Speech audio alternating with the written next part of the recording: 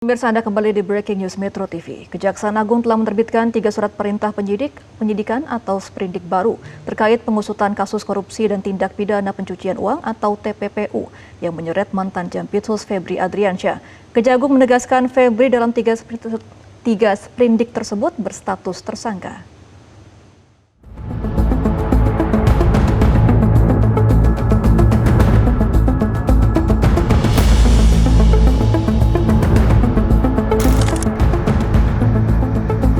Kejaksaan Agung tancap gas usai menerima pengalihan penanganan perkara korupsi dan TPPU mantan Jampitsus Febri Adriansyah dari Kortas Tipikor Polri.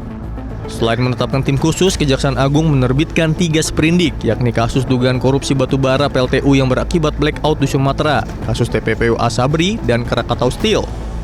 Kapus Penkum Kejaksaan Agung Anang Supriyatna memastikan dengan terbitnya sprindik tersebut, seluruh kewenangan penyidik kini berada di bawah kendali penyidik Kejaksaan Agung. Meski begitu, dalam proses penyidikan, Kejaksaan Agung tetap mengedepankan kolaborasi antar lembaga, termasuk supervisi dari KPK dan pengawasan dari legislatif. Anang menegaskan mantan Jampitsus Febri Adriansyah tetap berstatus tersangka. Tersangka itu kan dikeluarkan dari sana ya. Nah, tentunya kita pelajari, nanti penyidik ini kita buka, kita pelajari dulu berdasarkan barang-barang bukti yang ada, juga sambil berlanjut ini, termasuk nanti kan kita belum menerima, ini yang baru kita terima kan dokumen-dokumen, belum barang bukti, nanti juga tersangka kita terima. Pak, artinya akan dilakukan penyidikan baru dan penetapan tersangka baru, berarti duanya? Dari yang jelas ya, kita akan mengecek dulu nanti dari barang-barang bukti, dari berita acara pemeriksaan yang berasal dari rekan-rekan penyidik Polri, termasuk barang buktinya, termasuk kan kita akan kita pelajari kelengkapan Polri materinya, nanti bisa terbit. Terkait kasus Febri, penasihat khusus Presiden Bidang Komunikasi Hasan Nasbi menjelaskan, pemberantasan korupsi merupakan salah satu agenda utama pemerintahan Presiden Prabowo dan akan terus dijalankan secara konsisten, tanpa memberikan pengecualian kepada siapapun. Hasan menyebut penegakan hukum terhadap pelaku tindak pidana korupsi akan terus berjalan tanpa kompromi. Pemberantasan korupsi kan komitmen besarnya Presiden. Salah satu perang besar yang dicanangkan Presiden kan pemberantasan korupsi. Jadi pemberantasan korupsi pasti jalan terus tanpa pandang bulu. Gitu, itu kan komitmen Presiden. Adapun penyidik Polri diketahui telah menyerahkan sejumlah barang bukti terkait kasus korupsi dan TPPU mantan Jampitsus Febri Adriansyah. Di antaranya, 1 koper hitam, 3 box bertuliskan barang bukti, serta 2 bingkai foto yang ditutupi kain. Seluruh barang bukti tersebut langsung dibawa masuk ke Gunung Bundar. Tim Liputan, Metro TV.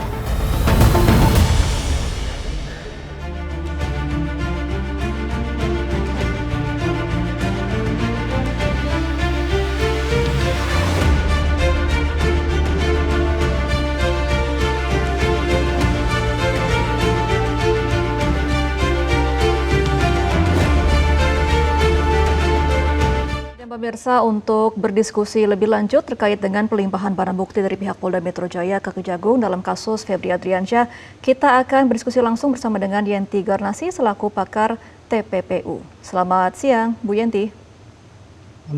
Selamat siang. Selamat siang. Selamat siang.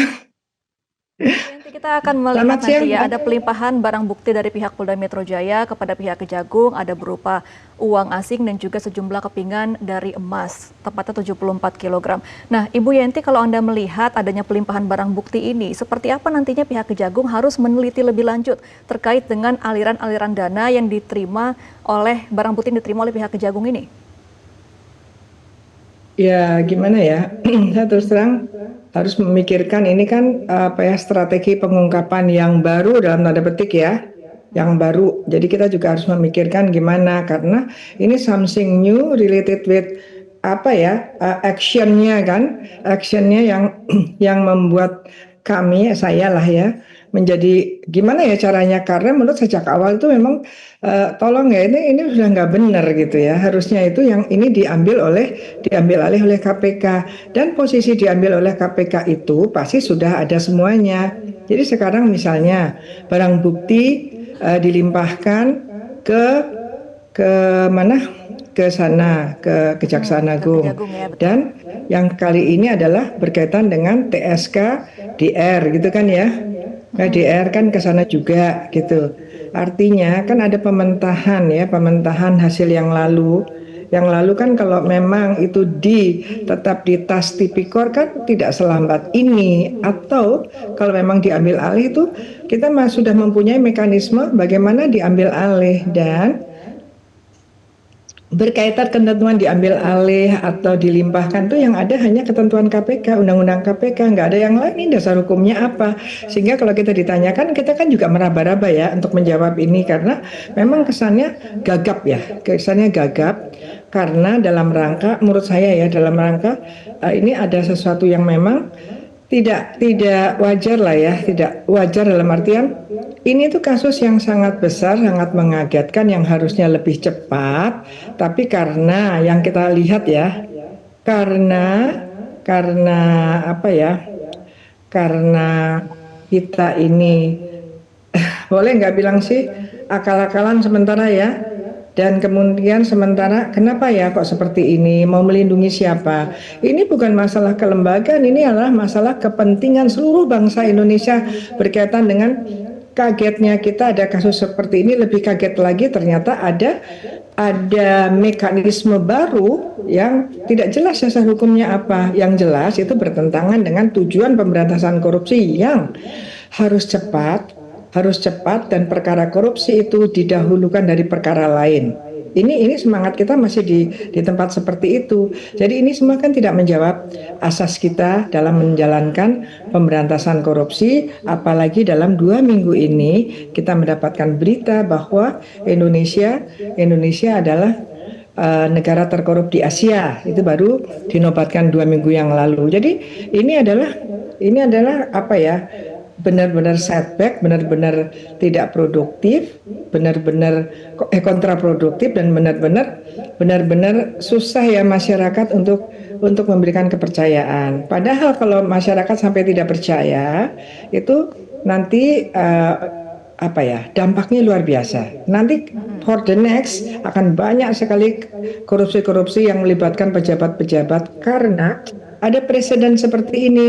Segala sesuatunya nanti bisa dibahas, bisa ditujukan kepada soliditas. Soliditas itu apa ya? Soliditas itu harusnya kan solid antara masyarakat dan penegak hukum, saling solid, bahwa kita semua punya semangat pemberantasan korupsi. Dikala kita masyarakat sedang sangat sulit kehidupannya, ternyata ada seperti ini, maka harus cepat ada korupsinya diungkap, ada TPPU-nya, sehingga uang hasil kejahatan itu bisa kembali sesegera mungkin kepada pos-pos yang untuk tujuan untuk mensejahterakan masyarakat. Jadi kalau ini disampaikan ke sana, saya tidak tahu mekanisme yang transparan itu bagaimana. Jadi gini, hak masyarakat untuk transparan, penegakan hukum transparan itu adalah tidak boleh memberikan pengetahuan kepada masyarakat yang berbelit-belit, yang masyarakat sampai tidak bisa mengikuti.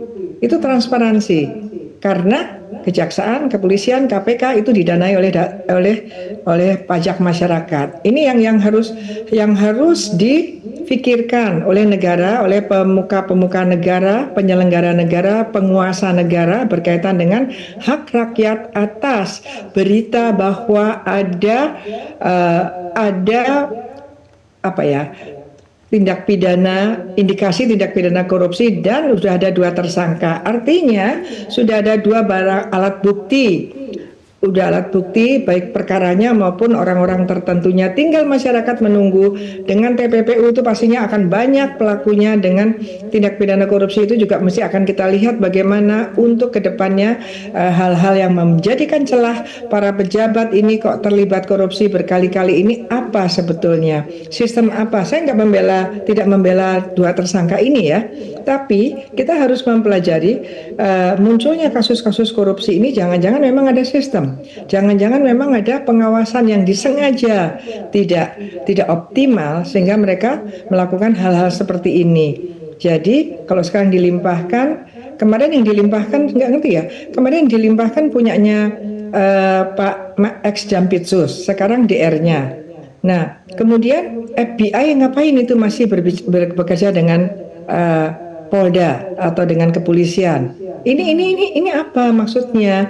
Berkaitan yang hari ini di barang bukti yang dilimpahkan antara lain kan uang dan barang ya, emas, juga nanti mungkin info of property ya, karena dilimpahkan semua gitu ya, mau diserahkan tuh semua itu hanya terminologi, intinya dari kepolisian memberikan kepada Kejaksaan Agung dan itu tidak ada dasar hukumnya. Harusnya KPK mengambil alih gitu ya. Kalau KPK itu harusnya sadar diri, tahu kewajiban bahwa ketika ada seperti ini tuh ambil alih. KPK tanya ke presiden, kan KPK udah di bawah presiden.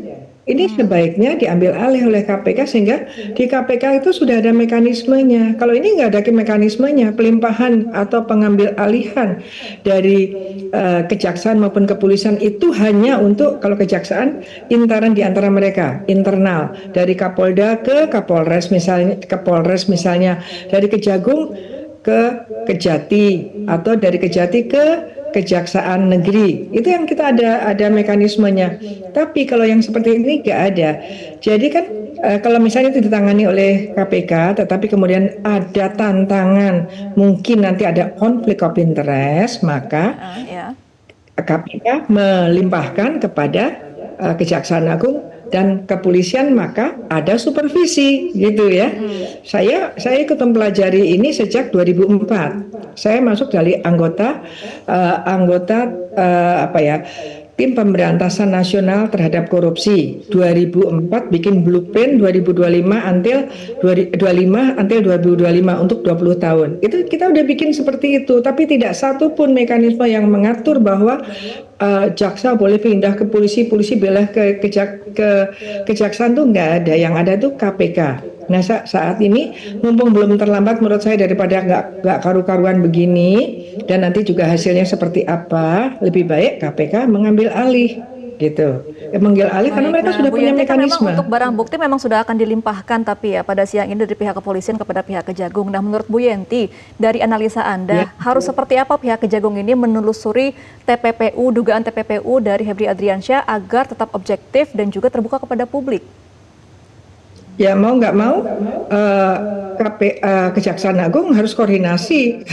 Dasarnya apa nggak tahu juga, koordinasi dengan seolah-olah ini joint investigation kan jadinya kan, kepada Tas Tipikor, bagaimana sejak awalnya ini ambil alih semuanya strategi yang sudah ditangani atau sudah ada di kepolisian itu, jadi bagaimana itu dimana diteruskan. Jangan juga Kejaksaan Agung hanya mengembangkan sendiri tanpa memperhitungkan ketika kepolisian sudah mengatur ya, kepolisian sudah ada strateginya bahwa korupsinya dengan ini, bahwa TPPU-nya nanti akan dikembangkan ke sini.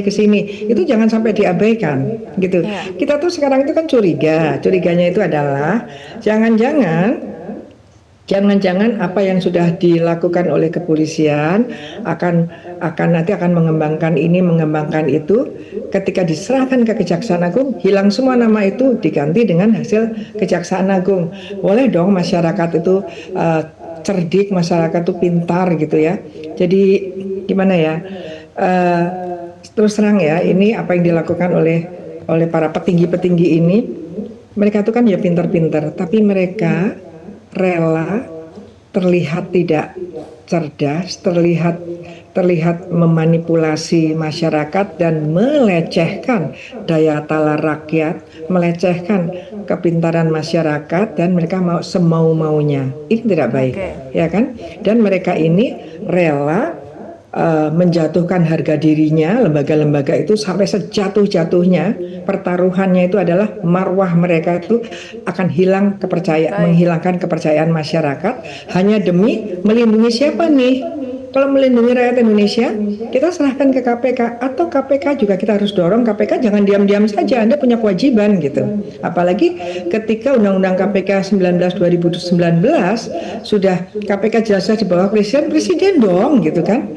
Ini presiden dengan segala kekuatan, baik itu eksekutif kan karena di bawah presiden, atau presiden sebagai kepala negara melihat situasi seperti ini, sepanjang memang presidennya juga konsisten dengan upaya pemberantasan korupsi yang tidak diskriminatif gitu Mbak. Oke, baik. Kita akan nantikan bersama ya Bu Yenti seperti apa nantinya penelusuran lebih lanjut dari pihak Kejagung. Terima kasih atas analisanya Bu Yenti Garnasi, pakar TPPU. Selamat kembali beraktivitas.